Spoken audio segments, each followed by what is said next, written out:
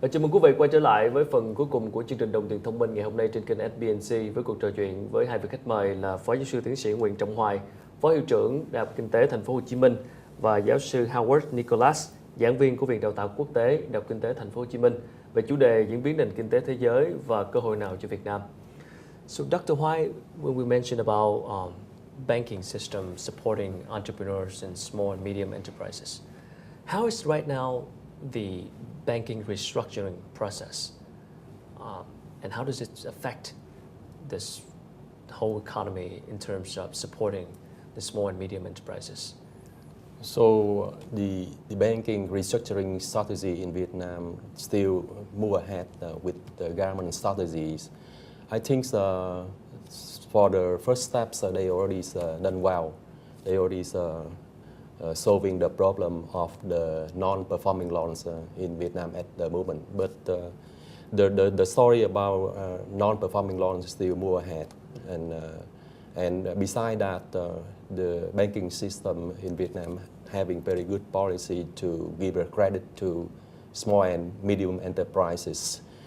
But at the moment, I think right now the demand for loans from small and medium enterprises they have, but the access to the banking system is still very difficult because the standard for the new loans is very serious. Okay. Because the Cannot meet the standard. The government still scares of non-performing loans happening again. So that's the first reason why the demand for loans still high from small and medium enterprises, but they couldn't access much. I mentioned at the beginning, the sources of growth in Vietnam basing on FDI, agriculture export, and now we try to move agriculture export to manufacturing export. And one more very important sector, the private sector. So private sector including, I think, around 400,000 business firms. So government very scared and very serious that sector. So government right now trying to proceed very good policies to encourage this sector. And in the future, the private sector in Vietnam, I think, develop faster and faster. Besides that, the state-owned enterprises, the government also have a good strategies. They have a very good objective. In the year 2014, they have to equitize 500 state-owned enterprises in order to put ahead more competition in the market. So it also means that we try to develop private sector become faster in Vietnam at the moment. So do you think the privatizations of state-owned companies like Dr. Hoài just mentioned, we had a big plan for that, privatizations of state-owned enterprises in Vietnam. Would that be attractive to foreign investors? I have a qualification to make for that. I think that's not the criteria. I think the criteria is, why are you privatizing? And here's the thing, that some entities don't belong with government. Okay, the market actually works very well, and if private sector took it over, we can actually have a more efficient production process, better products, and lower prices. But there are some entities that government should always control. And the reason they should do it is because it's very, very important for a good competitive capitalist system. I give the example of transport. I'm coming from the Netherlands. The Dutch had probably the best transport system in the world. It was admired by country after country. Many governments sent delegations to visit the Netherlands and to try and study how they made it so efficient. And of course, Netherlands is a small country. They don't want too many cars. So that's why a lot of people go around on bicycles, as you know. But the transport system also eased the pressure of cars on the road because it was so efficient and so cheap. Infrastructure. It was government run. Okay. Then, with the madness for privatization, they thought, well, let's privatize this. And you get what you deserve, because now the rail system is utterly chaotic. It's very costly, and it's very inefficient. In fact, some of the politicians who actually favored the privatization now want the nationalization of the rail system. But once you privatize, you can't go back again. It's very difficult. The government doesn't have the money to begin with to buy it back again. And now lesson after lesson is there for many countries that there are certain strategic industries you really have to see in terms of the national interest rather than whether foreigners want to buy it or not. They always want to buy the family jewels, you know, but do you really want to sell the family jewels? Okay. This is the question. I want to move to the stock market of Vietnam a little bit. How do you think the foreign investor look at our stock market right now? The stock market in Vietnam at the moment, the Dow trends a little bit lower and lower.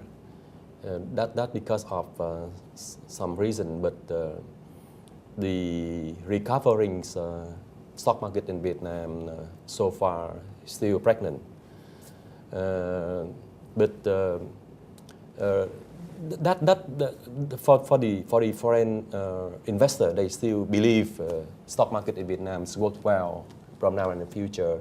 But for the individual investor, I mean the local investor, there is the expectation not really good at the moment. So, but for the foreign investor, they still believe about the Vietnam economy because the growth rate on average around 5 to 6%. That's still high in comparison with the growth rate in Western countries. What if we open more rooms for foreign investors in the stock market? Vietnam's government have a very good policies to give more room for foreign investors to invest in banking system. The reason is as that. Firstly is some banks try to become strategic partners with foreign investors in order to improve their technology, in order to learn modern techniques in banking system, in the international banking system. So that will push our banking system to become modern later on. That is the first thing. The second thing, I think we're still lacking of capital. So if we allow more room for foreign investors, they buy the share from banking system in Vietnam, so we can make the banking system become stronger in terms of capital structure. Yeah. So Dr. Nicholas, long story short, what should developing markets do in this time of the current business environments, which is what's happening right now in the world economy? What should Vietnam do, basically? Let's see, Vietnam, Well, as I mentioned, basically go for it. Go for the manufacturing because you don't have much time. We see many countries have now understood what it takes to get accelerated development. And Vietnam basically could miss the bus. Okay. My country of origin is Sri Lanka. I've been nagging them for about 25 years. You have your own lessons. Have our own lessons, and we missed the bus. There was a time in 1950, believe it or not, when the United Nations carried out a survey of developing countries, listing which were the countries most likely to achieve advanced country status. And they had a whole list. We were top of the list. Number 2 was Japan. And down the list came Malaysia and all these other countries. But we are still in the developing country list, and all these other countries have passed us by. And they've passed us by because they got onto that train. Okay. And they did what the textbooks told them not to do. The textbooks told them to produce raw materials and agricultural goods and export those, but they decided to actually go for manufacturing. And that's really what drove them to where they are today. Now the only thing is that in those days they didn't have too many competitors. But today a lot of countries have thought, well, they all did it with manufacturing, let's all do it now with manufacturing. So, you know, it's going to be a very crowded environment for Vietnam. I hope we can catch the bus this time. Hopefully. Thank you for sharing. Thank you. Pleasure. Vâng, thưa quý vị, vừa rồi là những chia sẻ của Phó Giáo sư Tiến sĩ Nguyễn Trọng Hoài, Phó Hiệu trưởng Đại học Kinh tế Thành phố Hồ Chí Minh, và Giáo sư Howard Nicholas, giảng viên Viện Đào tạo Quốc tế Đại học Kinh tế Thành phố Hồ Chí Minh liên quan đến chủ đề diễn biến của nền kinh tế thế giới và cơ hội cho thị trường Việt Nam. Quý vị có thể xem lại chương trình trên trang web sbnc.vn hoặc là góp ý cho chúng tôi vào trang facebook.com/đồng tiền thông minh. Thân ái chào tạm biệt và hẹn gặp lại quý vị trong những chương trình kỳ sau.